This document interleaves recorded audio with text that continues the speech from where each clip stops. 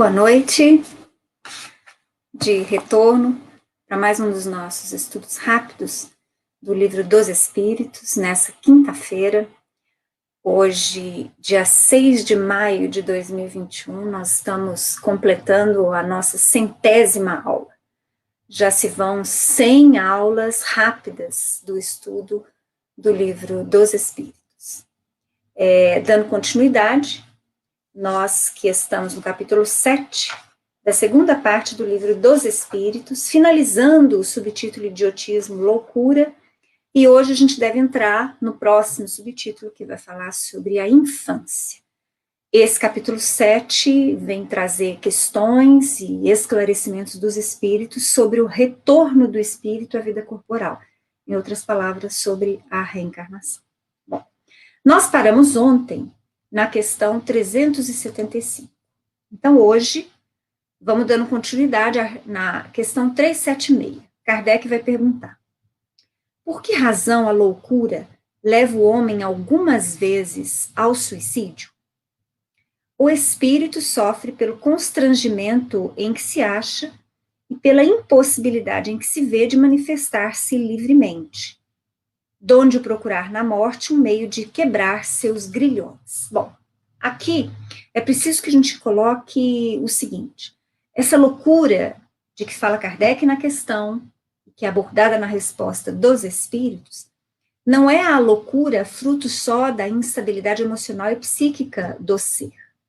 É aquela loucura que tem as suas raízes profundas em malformações congênitas do cérebro, em realmente uma dificuldade muito grande fisiológica, ou seja, o aparelho cerebral impossibilita que o espírito tenha o uso pleno da sua razão, do seu raciocínio, da sua lógica. Então, é essa loucura que nós estamos falando.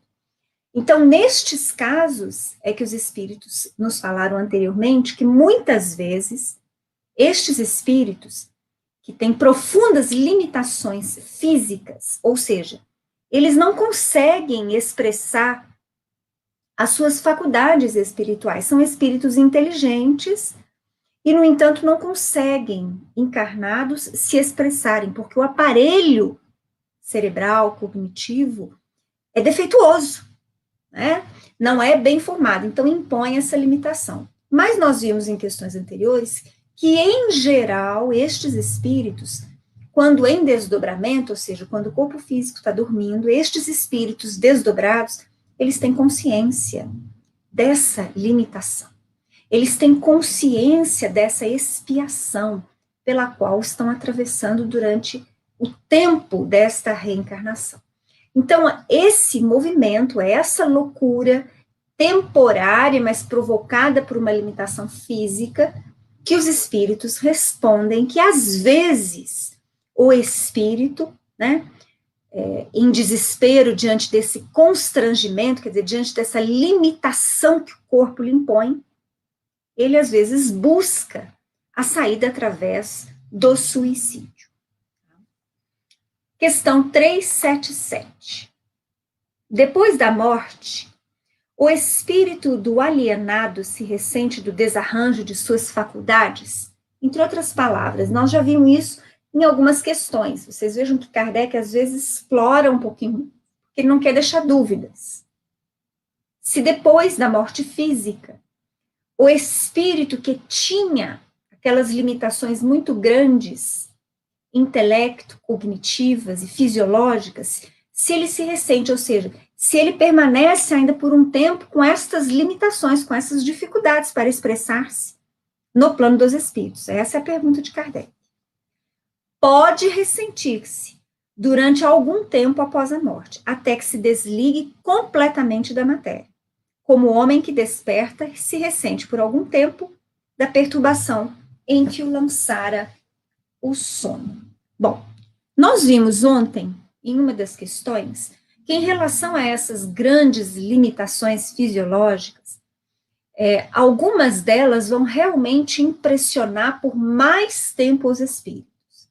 Então, aqui Kardec recebe o esclarecimento dos espíritos, dizendo que, via de regra, durante o período de perturbação, eles ainda mantêm-se impressionados, quer dizer, como se eles estivessem realmente impossibilitados de se manifestarem.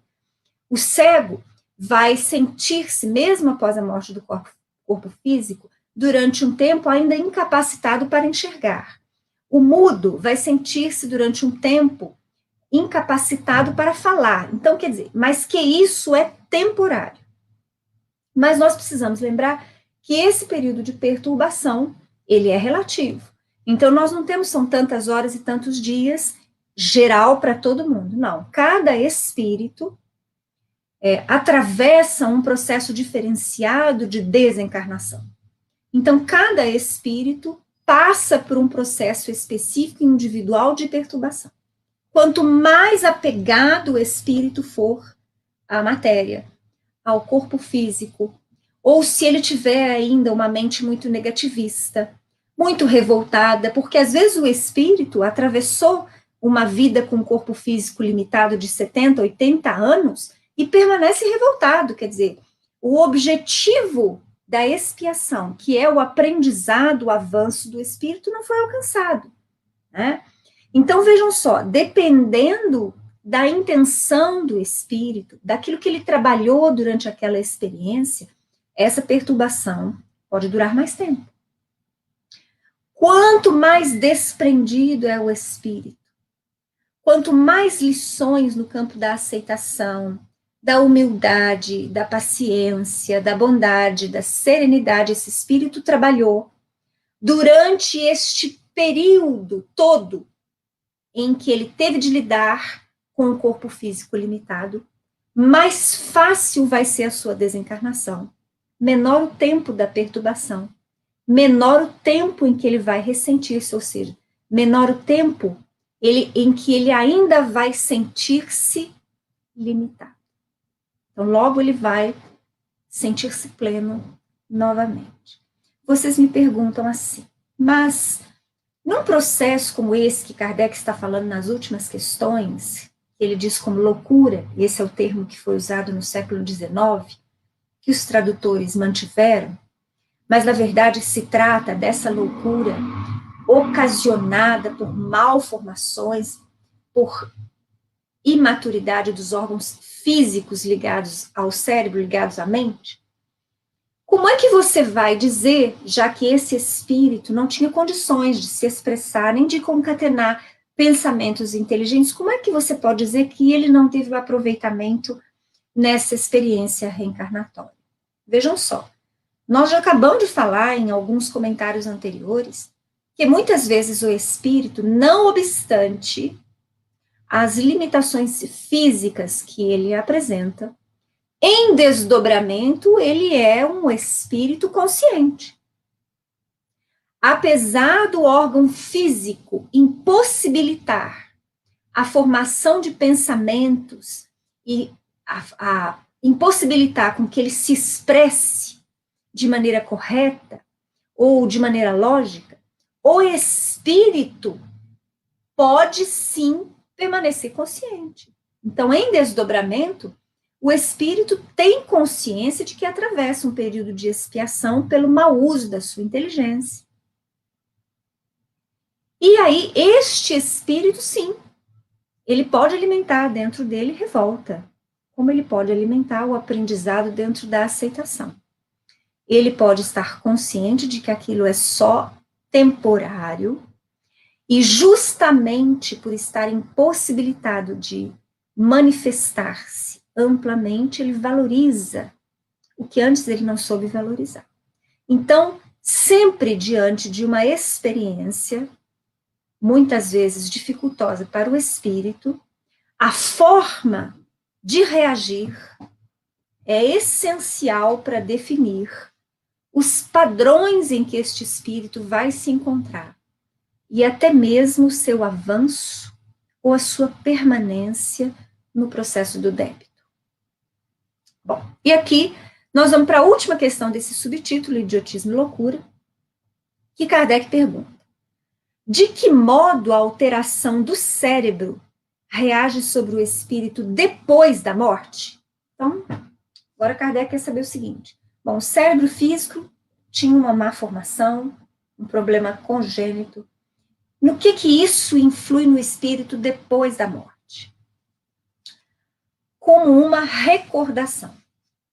Um peso oprime o espírito, e como ele não teve a compreensão de tudo que se passou durante a sua loucura, sempre se faz mister um certo tempo, a fim de se pôr ao corrente de tudo. Porque veja só, por mais que o espírito mantenha determinada consciência nos períodos de desdobramento, ele não tem essa plena consciência durante o período em que está acordado, encarnado, por conta das limitações cerebrais. Então, é claro que esse espírito não vai ter uma história completa a nível de pensamento. Ele vai ter flashes. É por isso que os espíritos falam que muitas vezes ele guarda uma recordação.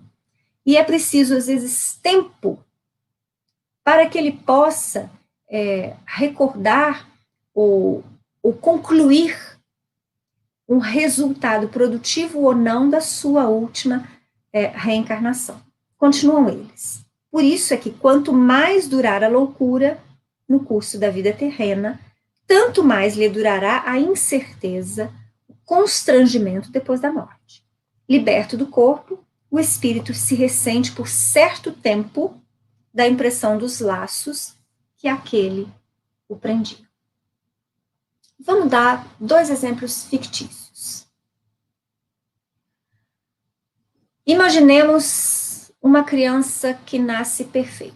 Esse exemplo fictício que eu vou criar nem vai ser a nível cerebral, não, tá? Eu vou trabalhar de uma forma mais simples com vocês.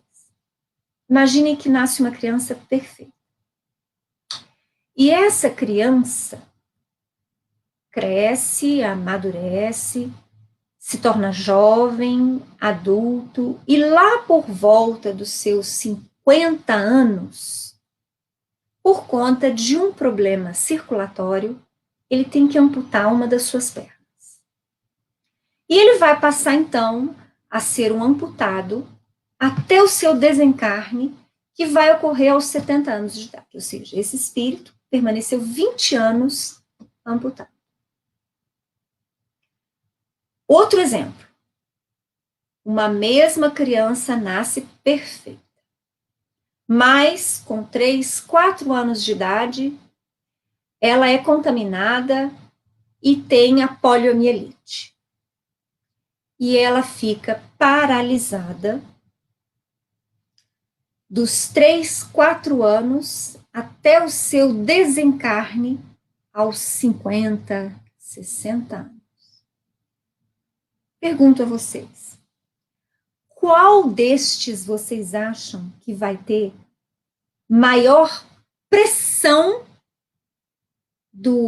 desse ressentir-se? Qual destes espíritos sofreu maior pressão da impossibilidade de locomover-se? Certamente que desde criança perdeu a movimentação. Vamos supor, substituindo esse exemplo da criança que eu dei para vocês, que ela não venha ter poliomielite, ela sofre um acidente de carro e tem que amputar uma das pernas. E ela vai passar, então, a sua vida toda sem uma das pernas. Ambos os espíritos desencarnam. Como eu já falei, o aprendizado do espírito, ou seja, a posição em que o espírito assume diante do desafio, diante da dificuldade, nós estamos falando da reação espiritual, de aceitação ou de revolta, de trabalho em busca desta aceitação e da serenidade, ou de alimento à revolta durante toda a vida. Então, isso interfere. Mas o tempo em que o espírito permanece também inviabilizado de andar pela perda de uma perna, também tem significado, também tem importância. Então, é isso que os espíritos estão dizendo nessa última questão 378. Quanto mais tempo o espírito fica encarnado, sem uma perna, com o cérebro limitado, ou com um órgão mal formado, que lhe impõe limitações no expressar-se, quanto mais tempo, mais impressionado ele ficará ao desencarnar. E, às vezes, isso interfere no tempo da perturbação e desta impressão. Sempre levando em conta que vai ser contabilizado também a reação do espírito, como ele se porta diante dessa dificuldade.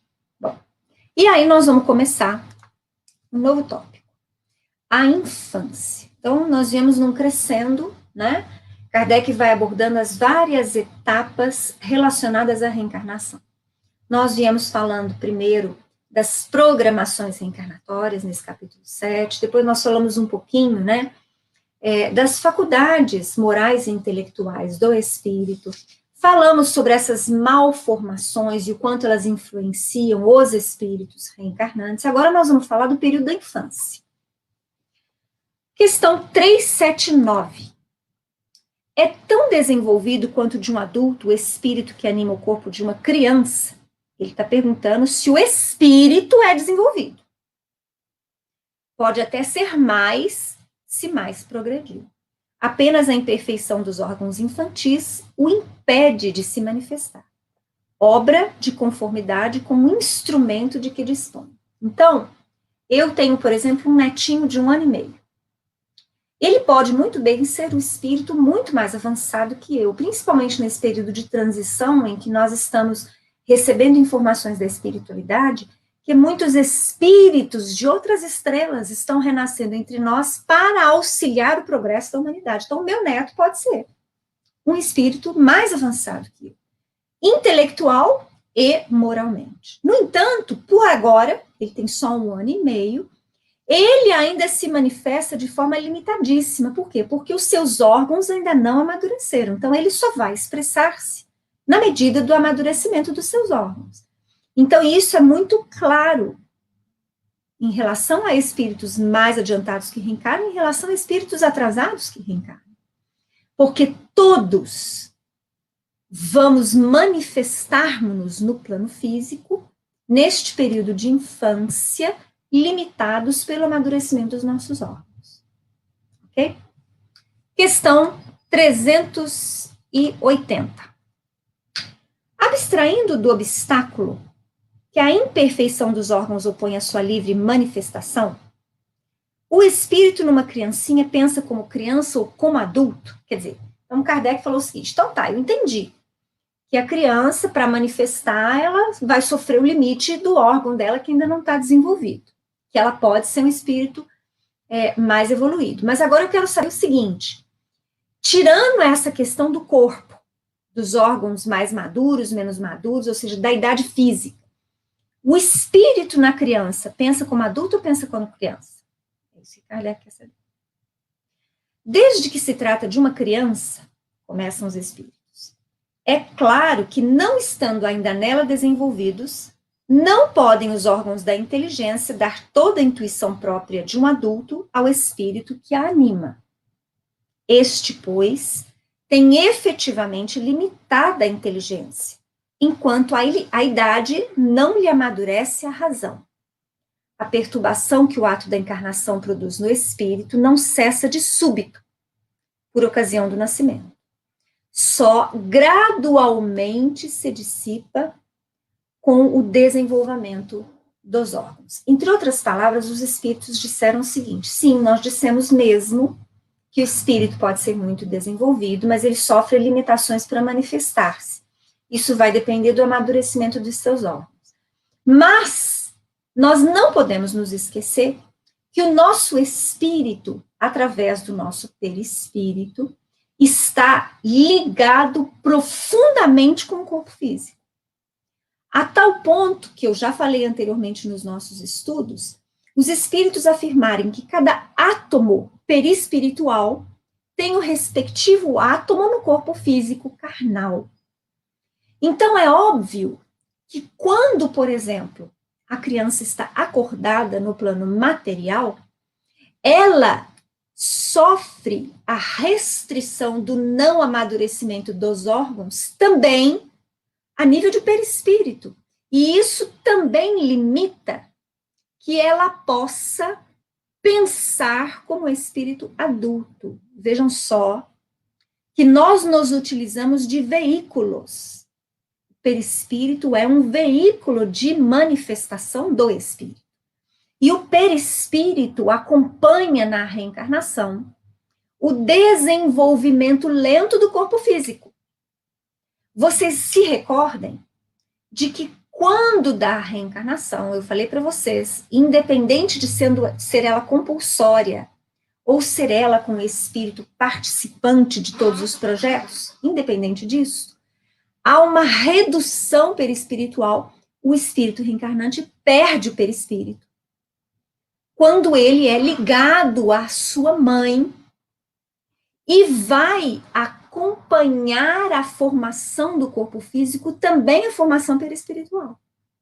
É por isso que após cada reencarnação, a nossa imagem perispiritual nos desdobramentos, logo após a morte do corpo físico, é assemelhada quase em tudo ao corpo físico no que nós acabamos de deixar. Com o tempo, e dependendo ainda de outros fatores, inclusive poder mental, merecimento, plano vibratório onde o espírito se encontre, ele aprende e pode modificar a sua apresentação perispiritual. Mas isso não são todos, não é em todos os planos, não é qualquer um que faz isso.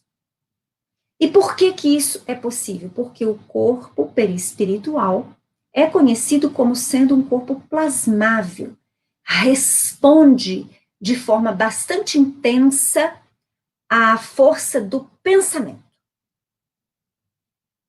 Mas tirando esse ponto, então, voltemos à nossa questão. Uma criança que está em desenvolvimento físico, nós podemos dizer está em desenvolvimento perispiritual. Seu perispírito está acompanhando o amadurecimento do corpo físico. Ou seja, o perispírito também está amadurecendo naquela reencarnação. Então, diante deste fato, é plenamente lógico que nós compreendamos que o espírito não consegue ainda se expressar com pensamentos de adultos. Esse período de perturbação que vai levar essa primeira infância, que nós dizemos que varia em média até os 7 anos de idade, é um período também considerado pelos espíritos como de descanso para o espírito. Então, não há essa preocupação de o espírito assomar toda a sua personalidade para que ele possa expressar-se como adulto. Não é necessário isso. Ele precisa de tempo para acomodar-se na nova experiência, para que esta nova experiência seja, digamos, especial, seja efetivamente um exercício de aprendizado. Nessa primeira infância, justamente por conta desse amadurecimento perispiritual e físico, é uma época em que, dizem os espíritos, a mente do espírito é mais maleável.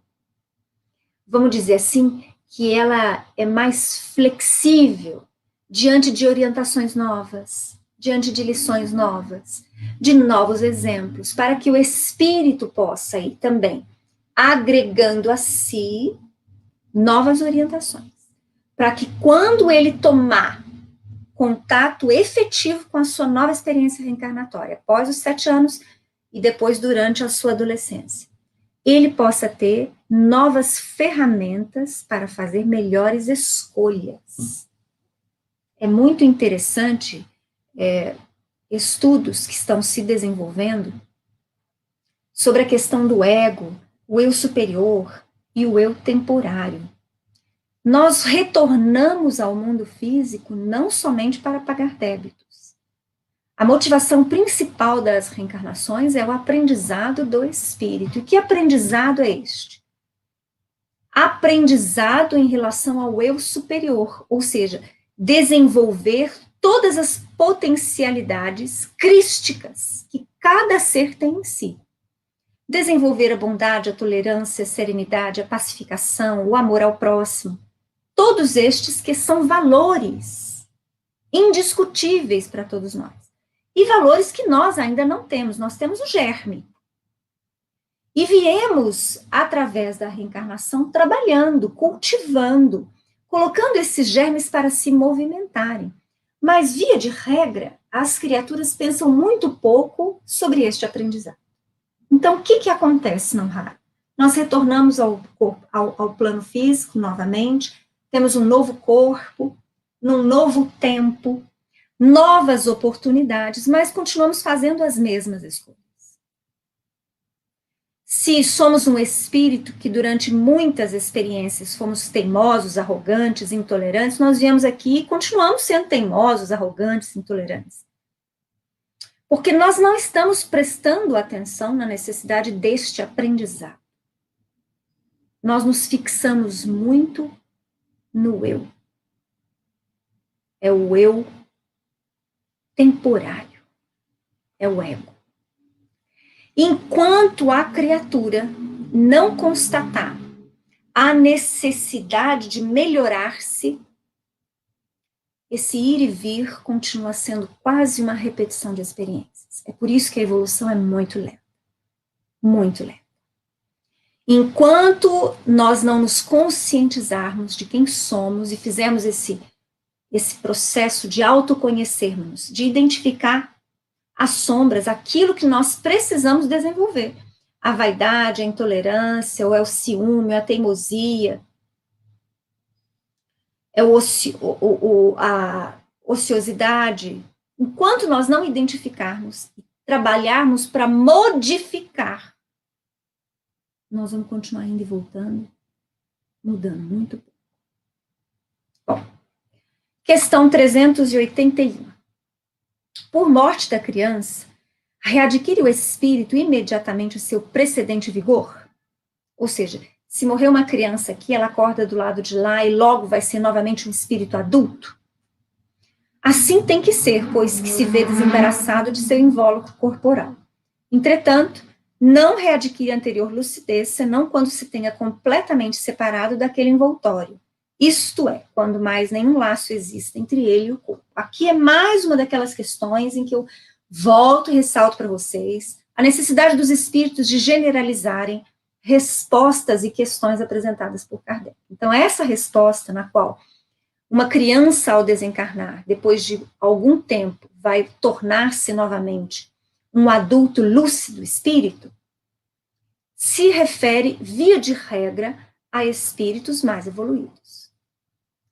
Em relação a espíritos mais imaturos, as informações espirituais é que estes espíritos são recebidos como crianças na espiritualidade. Em colônias especializadas no amparo no recebimento destas crianças, e que vão sofrer o amadurecimento como se fosse da criança para o adulto, ou seja, essa criança vai crescer, vai tornar-se adolescente, depois um jovem, para somente após tornar-se um adulto. A única questão que eles nos apresentam nessa informação é que não é preciso tanto tempo quanto nós precisamos no plano encarnado. Então, vamos dizer que uma criança desencarne com 2 anos. E aí nós poderíamos dizer que ela vai atingir uma mentalidade adulta com 16 anos, né? Mas na espiritualidade, apesar dela passar por este desenvolvimento não vai demorar 14 anos, como demoraria no plano físico. Ele, às vezes, vai ser feito em 7 anos, 6 anos. Tá? Então, eu preciso que vocês entendam que esta questão é uma questão exata, ela é verdadeira, ela é verídica em relação a espíritos mais evoluídos. Mas espíritos mais imaturos, não há violência no plano espiritual. Estas crianças levarão mais tempo para readquirirem a sua apresentação como adultos. Bom, aqui nós vamos encerrando por aqui, agradeço a presença da Denise, da Vita, a Rose, a Viviane, o Carlos e o Anderson. A Rose coloca aqui para mim, boa noite, Cristiane, te agradeço muito, encontrei todas as suas aulas, desde a 1 no YouTube, como você informou. Agora eu preciso saber como vou poder assistir ao vivo suas aulas, porque estava assistindo 99, nem sei como encontrei a de agora. Obrigada de novo. Bom, Rose, geralmente, as aulas ao vivo, elas saem no canal do Facebook.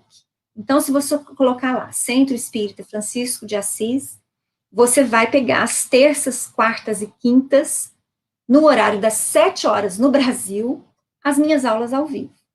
As aulas que já foram dadas, por exemplo, a aula de hoje, ela vai ser postada posteriormente no YouTube. Então, você não vai achar no YouTube a minha aula ao vivo, porque são os meninos, o Thiago e o Aguinaldo, que fazem a postagem depois. Então, as minhas aulas ao vivo você vai acompanhar só na página do Facebook, tá bom, Rose? De qualquer forma, agradeço a presença de vocês nos nossos estudos. Um abraço para você, Rose. Um abraço para todos vocês. Um bom final de quinta-feira. E a gente se reencontra aqui novamente na terça-feira, 7 horas da noite, para a nossa aula de número 101. Uma boa noite.